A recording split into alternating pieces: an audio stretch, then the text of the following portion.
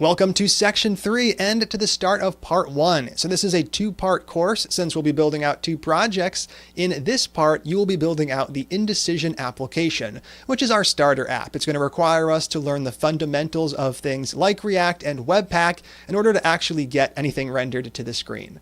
Now you can view the final application live in your browser right now via this URL, and you can download and view the final source via this URL.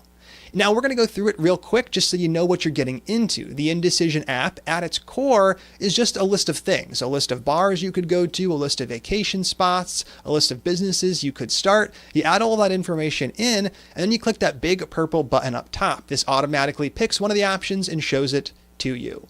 So obviously this does not have all of the cool features that our final app will have, but to even get to this point, we have to learn a whole bunch about React and the React ecosystem. In this section specifically, you're going to learn all about JSX, which stands for JavaScript XML. This is the templating language that we'll be using to build out the user interface for all of our components. So let's go ahead and dive right into section 3 and start building out our first React application.